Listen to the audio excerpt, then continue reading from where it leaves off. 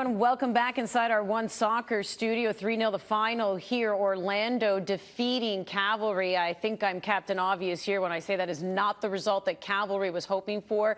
I think many people, maybe KJ, expected there could be a loss. This is a CPL team going up against an MLS side. 3 goals, though, would be a lot to come back from.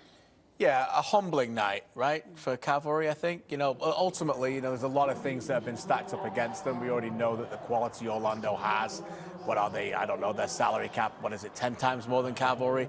I mean, it's a lot of things against them, but I think ultimately, you don't want to be talking about them so fresh after the game. I think Cavalry will be disappointed that they weren't able to show a better count of themselves. Like, again, many factors for that. Still not in season, nowhere near in season yet.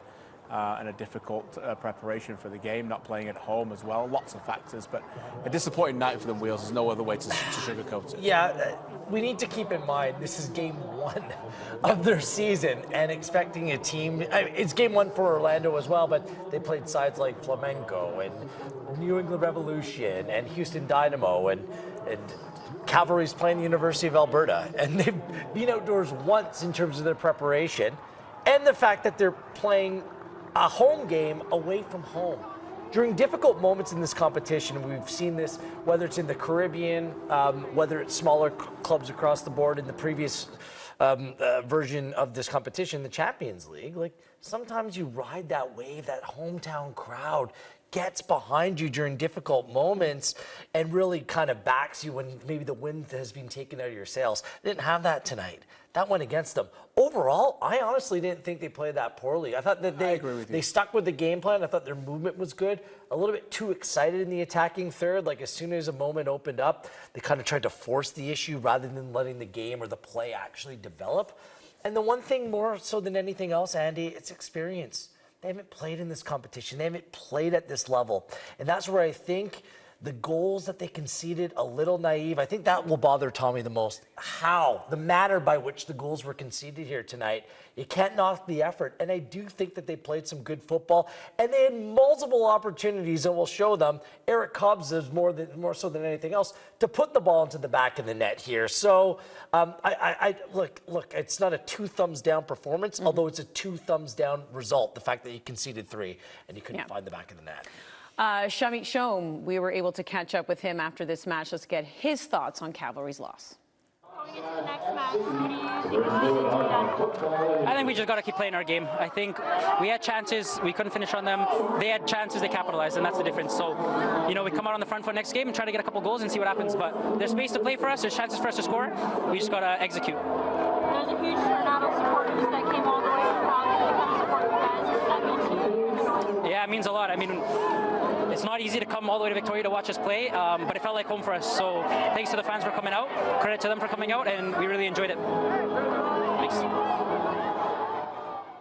He said it there, and you really felt it. Cavalry creating those chances. It was just in that final third, not being able to find that final touch, whereas Orlando, definitely did. Let's get to the Gatorade performance of the match, and one player in particular who had himself a night gets the brace. We're talking Fernando Torres. 14 goals in Major League Soccer last season.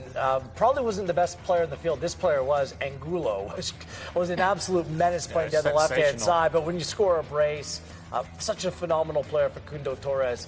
By the way, the 2 goal scorers for tonight for Orlando, to provide some context, combined for 27 goals during the MLS regular season in terms of Torres and Maguire. So their top players showed up. This was the thing, KJ. We were wondering heading into this one whether Cavalry might have more of a chance heading into this game if Orlando City fielded a weakened side. This was their first choice team.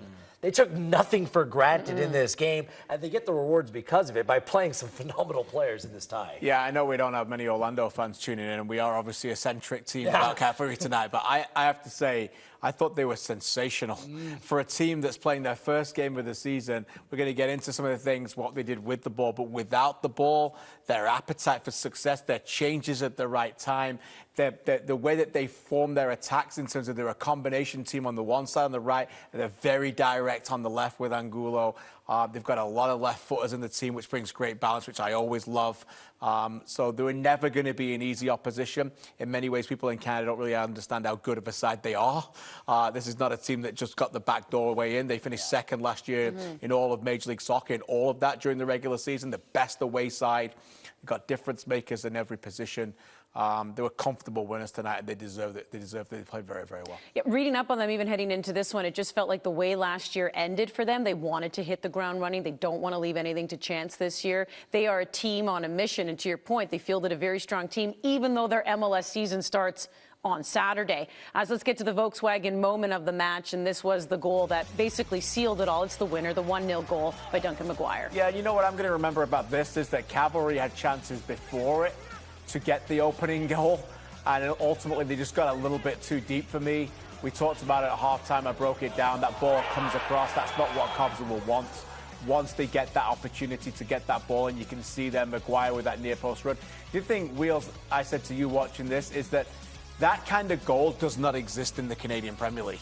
The Canadian Premier League does not have number 9s like Maguire to make those kind of runs, so you don't have that opportunity where you can create that space in one-on-ones wide areas and fire it into the box with that predatory striker. So maybe in the CPL they don't get used to defending balls in as much like that in terms of Cobbs observing that cross coming. A little bit of imbalance in terms of the marking. Cobbs is making that run. As a defender, especially when you're playing in a 3, that guy over your shoulder, he's your worst enemy because you don't know if he's going to go to the far post, if he's going to come to the near post. You're right. That near post run, very difficult to stop. The goalkeeper thinks that the player might be coming across as well, so he's playing a little bit square, and he's kind of left there on an island. So really good goal scored. I think we can make the argument Marco Carducci, as we said at halftime, really had no chance on that one.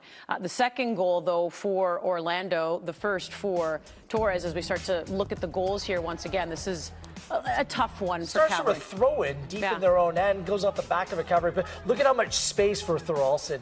Like, way too much space. And even the player out here just cuts inside, far too easy. Carducci, his foot in cement boots, just late to react. I think that he thinks the ball's going the other way. I always say short post whenever it hits the goalkeeper's hands, maybe being a little bit too harsh. It needs to stay out of the back of the net. Goalkeeper error, but quite clearly that ball, the goal, sort of 10 seconds earlier from all the way down their own end, a throw-in, KJ. Yeah, they'll be disappointed. And again, from Orlando's point of view, how much desire they show and how much pace they break from one half to the other. But as alluded to, as we mentioned again at halftime, Carducci would want it back. I don't think he sees it till late. It's blocked by 2 players. And if you watch, as I said, his foot is planted the other way, starting to go one way with his knee bending on the right foot, and then he has to go back down the other, and that's why he's unable to stop the ball in the net. Both those goals scored in the first half. Second half, Orlando gets that third one, and this was just class. All the passing that we saw that ultimately led to the Torres goal. Yeah, but again, it's in transition, and I spoke about it at halftime. You need to understand where the danger is coming from, and you need to close it down quickly. Here, again, deep in the run end, Gutierrez just needs to keep him on the touch, like keep him in front of you. Then Cobbs dives in, and look at this break. 1, 2, 3, 4 Orlando City players against 2 Cavalry players. Look at the 4 Cavalry players caught in behind, all leggy, all slow getting back, all caught on that right-hand side. Look at the left side of the field here. How many white kits are open and available? Easy tap in for Torres. But in that moment, KJ, around midfield, is just making sure that the transition doesn't play through. If you have to foul the player in that moment, if you're Gutierrez, you foul him. You can't give Angulo that line. And if you're Cobbs, you're compounding the problem by diving in, trying to make a tackle rather than keeping the play in front of you. Yeah, a lot of things you said are correct. Quite naive. I think they'll be disappointed in the way that the manner in which they gave the ball away on the attack. You know, they're obviously going for it at that moment. The game was wide open and stretched from whistle to whistle and played at the intensity and the pace of that Orlando wanted. We all talked about the pitch heading into the game and would it be tight and congested. It was the opposite of that. It was a wide open game. And I think they'll be obviously a little bit disappointed in giving up that third, but ultimately they knew they were trying to go for it at that point as well. So, again, you know, they were ruthless. Orlando, quite frankly, they could have scored again after that as well. So they had the chances. 2 goals in transition, though. Yeah, they'd be disappointed with that. Though it's the first goal, it happens, okay, but it's the second and third goal. Just the way they played out, Tommy Wheeldon Jr. won't like that.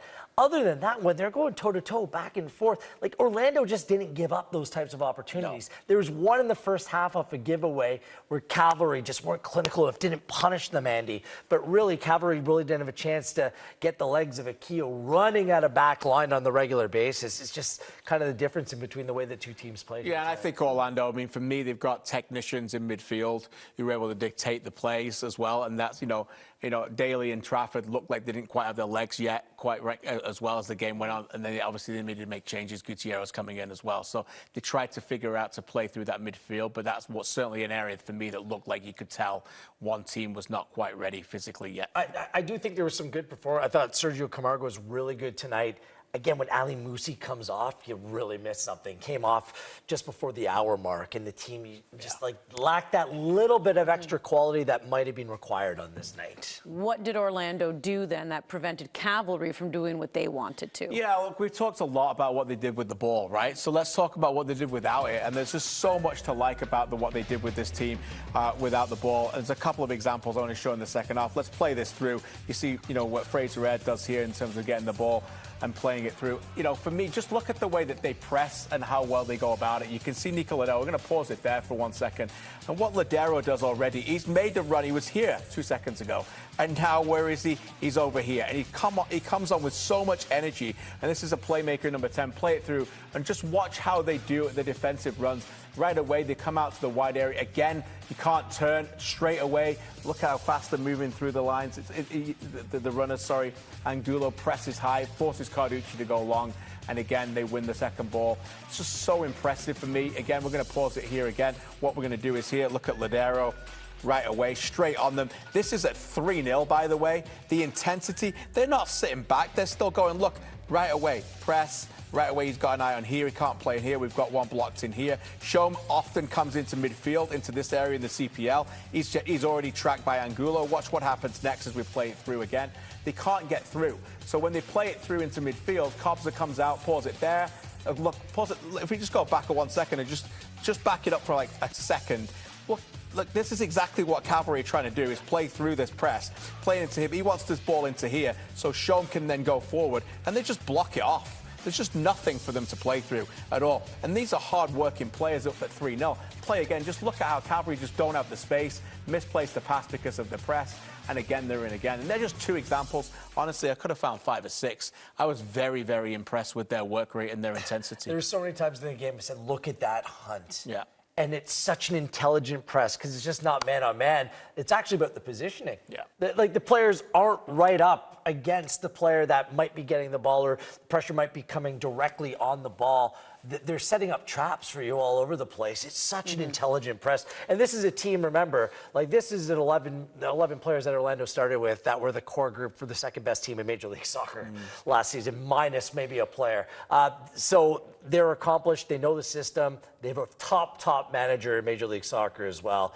And that's just one of the reasons why they're so good. And the other thing they have for me is they have game management skills. They didn't actually start pressing them as high as they were during the game.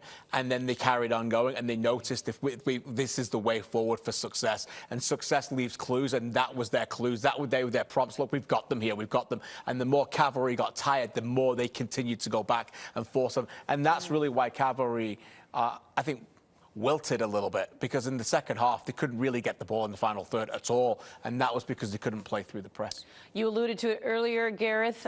Cavalry's best chance in this game. It was of a set piece in the second half. How many times Cavalry last season great on set pieces? This ball needs to be in the back of the net. Cobb's had a tough night.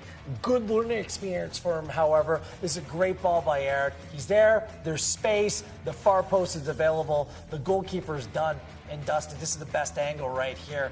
Had eyes for that top corner. Just needs to shape that on target. Perhaps if that's a Dan Klopp instead of an Eric Kobza, it's in the back of the net. But 4 or 5 really good chances in the first half created, KJ, but the best came from a set piece. Yeah, we should not be surprised, right? Cavalry scored the most set-piece goals last year in the Canadian Premier League. It was their way forward, particularly in the playoffs. They got a huge one. Klomp was very heavily involved in that as well. He never looked like scoring for me. He didn't believe that he was going to score. And, as you said, I wonder whether, even upon reflection, whether he maybe wanted to just fire it across goal, with Montgomery and Klomp also trying to get away from their own defenders. But, disappointing in the end to finish that way. And as we alluded to, probably their best chance came from a set piece because they really struggled from open play. Yeah, tough night when it comes to the goals scored against Cavalry. Marco Carducci on the other end. Gillespie not that busy, which is why, we found something in the 62nd minute. Gillespie on Daly for the All-State save of the match. He wasn't really tested much in this one.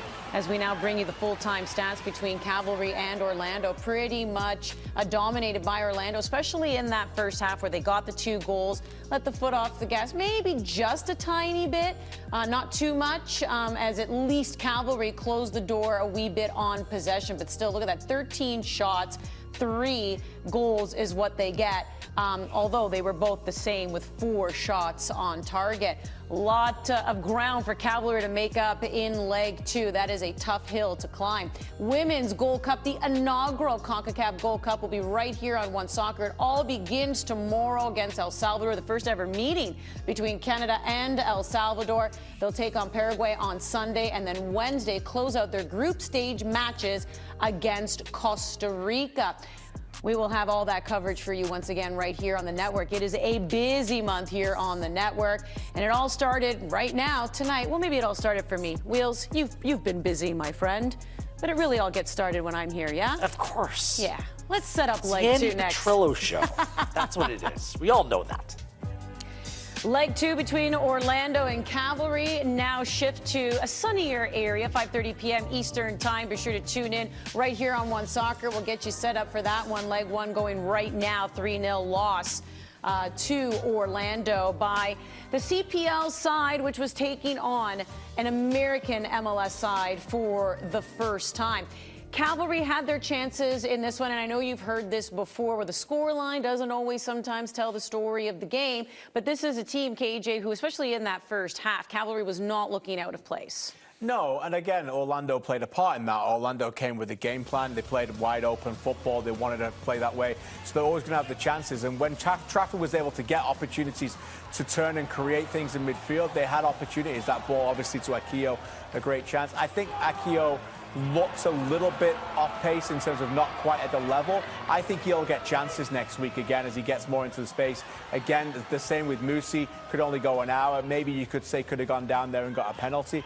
But their opportunities were there, Gareth. And I think that, look, they'll go into next week knowing that, they're not going to make the next round in all likelihood. But there's things they're going to want to accomplish. They're going to want to be able to play at another high level. They're going to want to score their first CONCACAF goal. There's a lot of things that they still believe they can go out there and get done in Florida. You want to come away with a good performance. You're still representing the club for the first time on this level, more experience, and you never know who's watching. And that's in the mind for a lot of these young players. They want to prove themselves against the top side as well. And look, it's much earlier in the day. It's going to be warm. It's going to be a bigger pitch. Orlando's going to have to probably deal with some team rotation as well as they play Saturday against CF Montreal. Advancing from this tie, they were always going to be a significant underdog, and it was always going to be a difficult task. But you go in and play that game. It's your last game for 2 months. You just leave it all on the field and look to build on the season. And overall, already, it might not just be in terms of the style of play, but just the personnel that's available coming off the bench tonight for Tommy Wheeldon Jr. Look back to the Canadian Premier League final just 4 months ago. They're a different team just in terms of depth and quality and different types of players that they can turn to. Yeah. So, and it's an opportunity maybe to see some of those other players as well. So I'm looking forward to seeing how they fare. It's still going to be a big test for them and something that they're going to go out and give everything towards. So good experience. Yeah, and as disheartening as it may be to not be moving on to the next round, you're right. There's still a story to tell. They're going to be going to Orlando. How many in that fan base are going to be looking at Cavalry for the first time going, awesome. Okay, Canadian Premier League, right? And things that they'll learn about. Say what's up to Mickey Mouse, my guy. Maybe Sarge will make the trip. Sarge. And say, what's up, Mickey? 3-0 Orlando victorious here tonight inside Starlight Stadium over Cavalry. We'll see you at leg 2. Thanks for joining us here on One Soccer. Have a good night, everybody.